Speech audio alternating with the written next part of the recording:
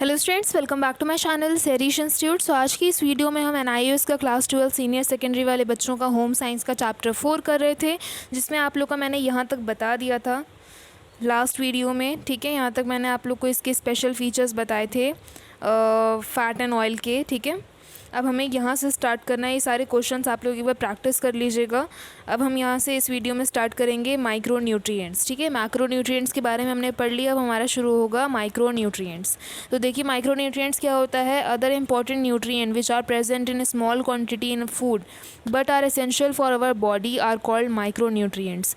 वो न्यूट्रिएंट्स जो हमारे खाने में बहुत ही स्मॉल क्वांटिटीज़ में, बहुत ही कम क्वांटिटी में मौजूद होते हैं, लेकिन हमारी बॉडी के लिए बहुत एसेंशियल होते हैं। कम मौजूद होते हैं इसका मतलब ये नहीं कि एसेंशियल नहीं है, ज़रूरी नहीं है, लेकिन बहुत ज़्यादा ज़रूरी होता है ये, उसको हम माइक्रो न्यूट्रिएंट्स कहते हैं। वो कौन कौन से ऐसी चीज़ें हैं? जैसे मिनरल्स हो गए, विटामिन्स, ये आप लोग के माइक्रो न्यूट्रिएंट्स हैं जो कि आपके खाने में बहुत ही कम अमाउंट में मौजूद होता है और हमारी बॉडी में भी कम अमाउंट में ज़रूरत होती है, बहुत ज़्यादा नहीं, लेकिन अगर ना जाए बॉडी में तो नुकसान भी बहुत होता है। If these micro nutrients are not eaten in required amount, अगर हम ये माइक्रो न्यूट्रिएंट्स सही अमाउंट में नहीं खाएंगे, it result in deficiency diseases, तो बहुत सारी कमियों की वजह से जो आपको बीमारियां पकड़ने लगेंगी। Minerals and vitamins are called micro nutrients. जो हमारे मिनरल्स एंड विटामिन्स होते हैं ये हमारे माइक्रो न्यूट्रिएंट होते हैं। Let us study some of the important micro nutrients. अब हम कुछ इसके इंपॉर्टेंट चीज़ें पढ़ लेते हैं। जैसे vitamin our body contain very little quantity of vitamin. हमारी बॉडी में जो है बहुत ही कम अमाउंट होता है विटामिन्स का। However, you will be surprised to know, आप ये जानकर हैरान होंगे that they are responsible for all the major functions, कि वो रिस्पॉन्सिबल होते हैं सारे हर इम्पॉर्टेंट फंक्शंस के, जबकि हमारी बॉडी में कम अमाउंट में मौजूद होते हैं लेकिन बहुत ही ज़रूरी होते हैं और सारे फंक्शंस को देखते हैं। These vitamins are of two types। ये विटामिन्स जो हमारे दो कैटेगरी में डिवाइड किए गए हैं। क्या क्या है? जैसे पहला है fat soluble vitamin. Fat soluble vitamin में कौन कौन से आते हैं? ए, डी, ई एंड के। ठीक है, और दूसरा है वाटर सॉल्युबल जो कि है B and C. Now let us study the functions. अब इन सारे विटामिन्स जो है ना, ए, डी, ई, के और बी, सी, ये सब के बारे में जो हम इसके फंक्शंस और फूड सोर्सेज क्या क्या है, इसकी कमी होने पे जो है क्या क्या डेफिशिएंसी डिसीज़ होती है, हमें ये सब सारी चीज़ें इस टेबल में हम देखेंगे। ठीक है, फैट सॉल्युबल विटामिन आ जाता है, उसके फंक्शंस एंड सोर्सेज आ जाते हैं। सबसे पहले आता है हमारा फैट सॉल्युबल का विटामिन ए। फंक्शंस क्या है इसके? पहला है essential for proper functioning of eyes. ये हमारे विटामिन ए हमारे लिए ज़रूरी होता है ताकि हमारी आँखों की जो प्रॉपर फंक्शनिंग हो सके। विजन इन डिम लाइट, रात को जो है देखने में दिक्कत ना हो। सोर्सेज क्या क्या हैं? ये क्या क्या चीज़ें खाने से विटामिन ए हमें मिलेगा? जैसे कि लिवर हो गया, egg, fish, liver oil, milk and its products, दूध की बनी हुई चीज़ें, हरी पत्तेदार सब्जियां हो गई। ठीक है, सेकंड है, ये हमारा दूसरा इसका मोटिव है कि नेसेसरी फॉर हेल्दी स्किन, हमारे अच्छी त्वचा के लिए, और lining of nose, mouth, throat, eyes, ear, lungs and other organs, बाकी सारे ऑर्गन्स के लिए भी विटामिन ए काफ़ी ज़रूरी होता है। और क्या क्या सोर्सेज हैं? येलो और ऑरेंज फ्रूट्स खाने से, वेजिटेबल खाने से। वेजिटेबल में क्या क्या चीज़ें? जैसे पम्पकिन हो गया, कैरेट, पपाया, मैंगो, ये सब सारी चीज़ों में हमारा विटामिन ए मौजूद होता है, तो ये सब हमें खाना चाहिए। नेक्स्ट आता है हमारा विटामिन डी। विटामिन डी किस लिए ज़रूरी होता है? Necessary for formation and maintenance of strong healthy teeth and bones. हमारी मजबूत दांत और हड्डियों के लिए विटामिन डी ज़रूरी होता है। क्या क्या इसके सोर्सेज हैं? Exposure of skin to sunlight. Sunlight बोला जाता है, धूप में बैठने से जो है हमें विटामिन डी मिलता है। वो कैसे मिलता है यहाँ ब्रैकेट में भी एक्सप्लेन किया गया है। हम लोग मतलब काफ़ी सारे लोगों को नहीं पता होता कि धूप में बैठने से हमें विटामिन डी कैसे मिल गया, क्योंकि हमने कोई धूप खाया तो है नहीं, धूप की रोशनी तो नहीं खाई हमने, सनलाइट तो खाया नहीं, तो विटामिन डी हमारी बॉडी में कैसे चला गया? उसका लॉजिक ये है, when the body is exposed to the sun rays, जब हम अपनी स्किन को, जब हमारे स्किन पर धूप पड़ती है, a substance in the skin is converted into vitamin D and transferred to the blood streams. तो हमारे जो स्किन में कुछ ऐसे सब्सटेंसेस होते हैं जो विटामिन डी में कन्वर्ट हो जाते हैं, बदल जाते हैं, और फिर वो हमारे ब्लड में ट्रांसफ़र होके हमारी बॉडी में पहुंच जाते हैं।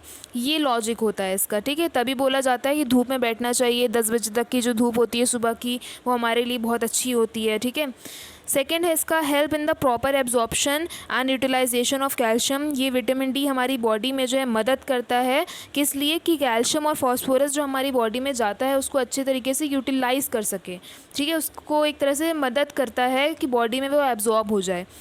और इसका सोर्सेज क्या क्या हैं, धूप के अलावा आप क्या क्या खा कर के विटामिन डी ले सकते हो, जैसे हो गया eggs, liver, fish liver oil, milk, butter, refined oil, ghee fortified with vitamin D, ठीक है, ये सब सारी चीज़ें आप ले सकते हो। विटामिन ई आता है उसके बाद, इसका काम है prevent destruction of certain substances in presence of oxygen. कुछ ऑक्सीजन जब हमारी बॉडी में जाता है तो कुछ ऐसे सब्सटेंसेस जो हमारी बॉडी के लिए सही नहीं है, एक तरह से वो प्रोटेक्ट करता है। एक सिंपल लैंग्वेज में बोलूँ तो ऑक्सीजन को प्रोटेक्ट करने वाला काम करता है विटामिन ई, ठीक है। क्या क्या सोर्सेज हैं इसके, जैसे अगर हम सीरियल्स, पल्सेस, वेजिटेबल ऑयल, ये सब सारी चीज़ें खाते हैं तो हमें विटामिन ई मिलता है। अब आता है हमारा लास्ट विटामिन के, आई थिंक लास्ट ही है, हाँ, विटामिन के। इसका काम है necessary for clotting of blood, हमारे खून के लिए बहुत ज़रूरी होता है। इसके सोर्सेज क्या हैं, formed in the intestine by bacteria normally present there, green leafy vegetable, egg and liver, ठीक है। इसके बाद आ जाता है हमारा water soluble vitamin. Water soluble vitamin में हमारे vitamin B complex. Vitamin B complex का क्या मतलब है, इसमें टोटल 8 ऐसे विटामिन बी को मिला करके हम विटामिन बी कॉम्प्लेक्स बोलते हैं। यहाँ पे लिखा हुआ भी है, there are 8 B vitamin together they are called vitamin B complex. 8 ऐसे विटामिन्स हैं विटामिन बी जिनको हम इंक्लूड करके अगर एक साथ बोलते हैं तो विटामिन बी कॉम्प्लेक्स बोलते हैं, ठीक है। वैसे तो सबका अलग अलग बहुत सारा नाम है, जैसे कि थाइनामाइन B1, रेबोफ्लेविन B2, नियासिन एक्सेट्रा, इस तरह के बहुत सारे नाम हैं अलग अलग। यहाँ पे कुछ एग्जांपल्स दिए हुए थे। अब फंक्शंस क्या हैं इसके विटामिन बी के, necessary for utilisation of carbohydrate in the body. जब हम बॉडी में, हमारे बॉडी में कार्बोहाइड्रेट जाता है तो उसकी यूटिलाइजेशन के लिए ये हेल्प करता है, ठीक है। Necessary for normal functioning of nervous system, हमारे नर्वस सिस्टम का नॉर्मल फंक्शन करने में भी मदद करता है ये। एसेंशियल फॉर प्रॉपर ग्रोथ, हमारी बॉडी की ग्रोथ के लिए मदद करता है, हमारी बॉडी के ऑर्गन सारे नॉर्मल फंक्शन करें उसके लिए मदद करता है। Needed for formation of red blood cell, हमारे रेड ब्लड सेल की फॉर्मेशन के लिए मदद करता है। हेल्प इन डाइजेशन, हमारे डाइजेस्टिव सिस्टम की मदद करता है और हमारी भूख को भी इम्प्रूव करता है, ठीक है।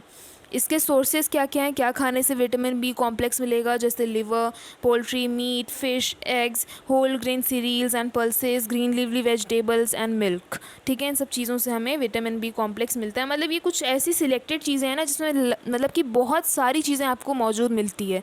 ये सब चीज़ें अगर आप खाते हो तो कई तरह के विटामिन की कमी आपके अंदर पूरी हो जाती है, ठीक है। अब आता है हमारा लास्ट विटामिन सी।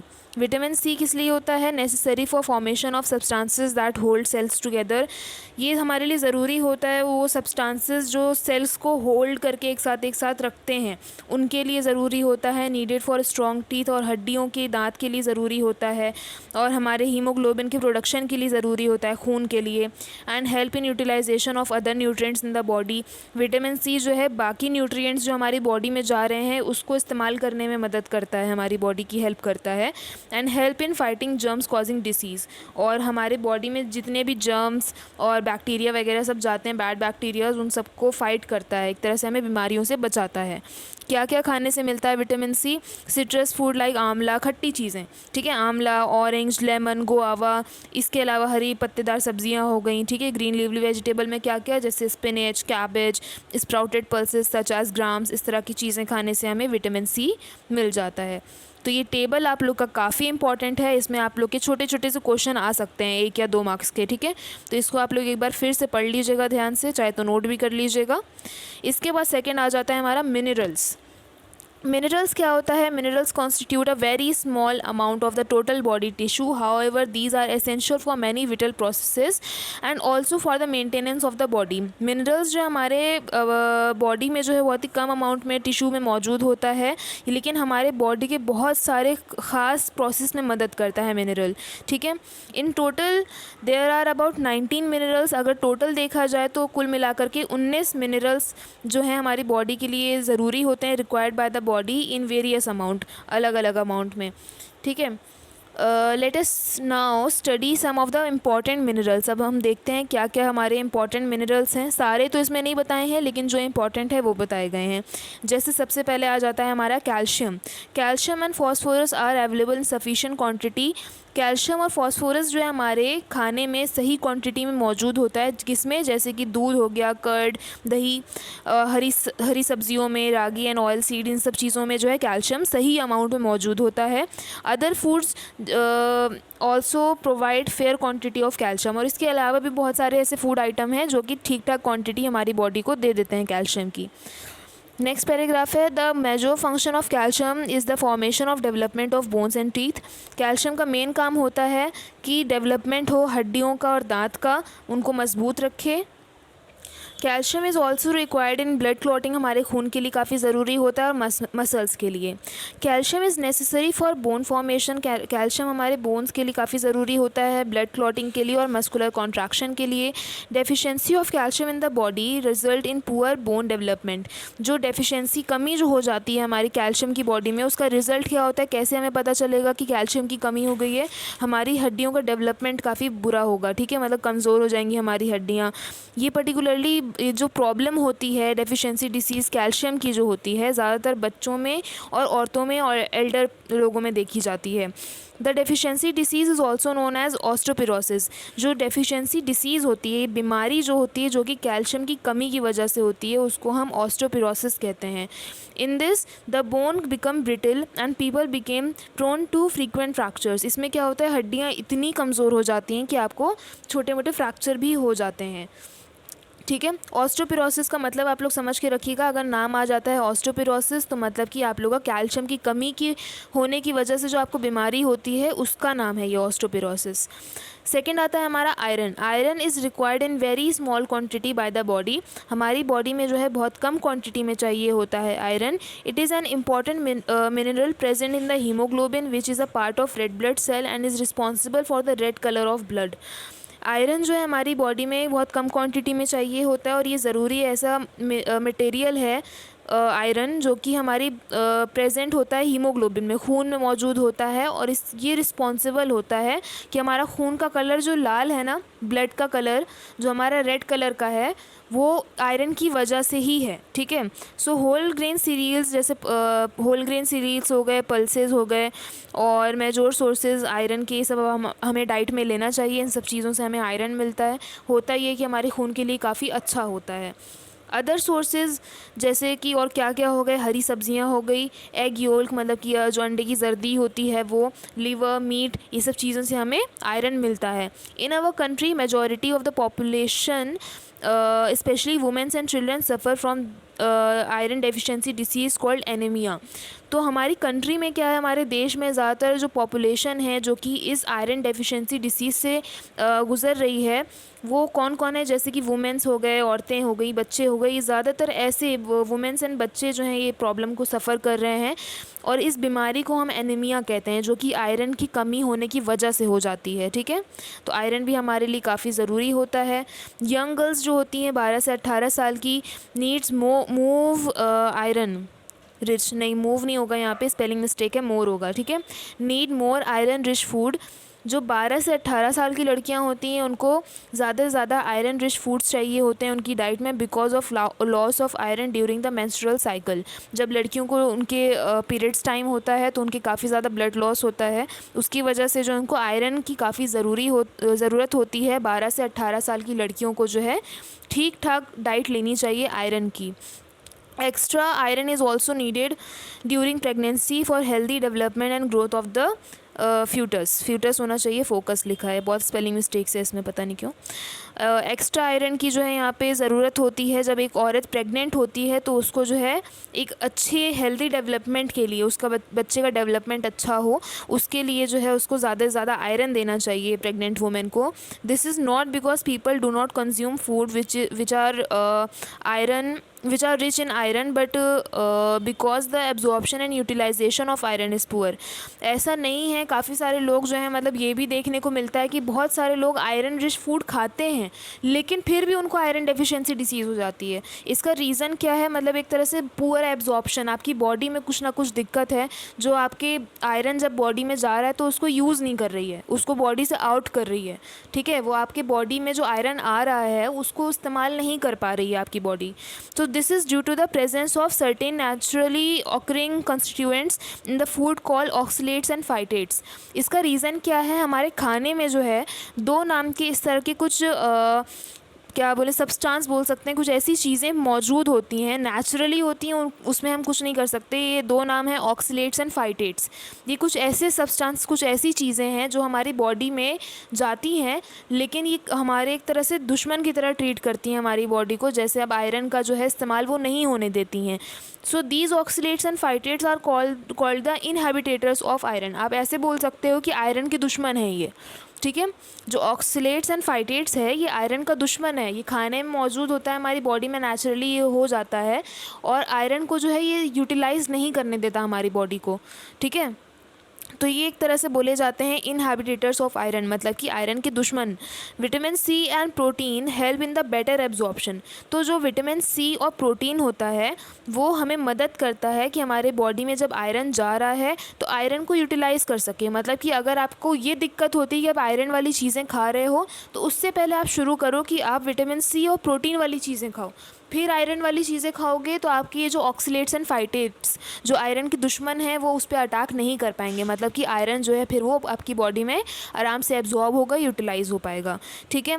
तो ये जो विटामिन सी और प्रोटीन है उनको जो है आयरन का इन्हेंसर्स ऑफ आयरन बोला गया है। मतलब कि समझ लो कि दोस्त, आयरन का दोस्त विटामिन सी और प्रोटीन, ठीक है। और दुश्मन कौन है, ऑक्सलेट्स एंड फाइटेट्स। तो आई होप वो समझ में आ गया होगा आप लोग को। बाकी ये वाला जो टॉपिक है आयोडीन वाला, आयरन का एक ये लास्ट लाइन लिखी है, iron is essential for haemoglobin formation, आपके खून के लिए काफ़ी ज़रूरी होता है, ठीक है। अब आप लोग का जो ये आयोडीन वाला टॉपिक है मैं आगे के नेक्स्ट पार्ट में कंटिन्यू करूँगी। आई होप आप लोग ने इसके पहले का पार्ट देख लिया होगा, नहीं देखा तो जाकर देख लीजिए। मैंने अपने चैनल की प्लेलिस्ट में सारे वीडियोज़ लगा दिए हैं, वहाँ से लाइन वाइज आप लोग को सारे टॉपिक मिल जाएंगे, तो आप लोग को अलग अलग ढूंढना नहीं पड़ेगा, ठीक है। मिलते हैं नेक्स्ट वीडियो में। बाकी अगर आप लोग मेरे चैनल पर न्यू हैं तो फटाफट से इस चैनल के साथ जुड़ जाइए, चैनल को सब्सक्राइब कर लीजिए एंड उसी के बगल में बेल आइकन है उसे ज़रूर से क्लिक कर लीजिएगा ताकि जब मैं वीडियोस डालूं तो आप तक जो है मेरी वीडियोस की नोटिफिकेशन पहुंच जाए। वीडियो पसंद आया हो तो प्लीज़ लाइक करिएगा, वीडियो को और बच्चों के साथ शेयर करिएगा ताकि उनकी भी हेल्प हो सके। मिलते हैं नेक्स्ट वीडियो में, तब तक के लिए stay safe, stay healthy and thanks for watching.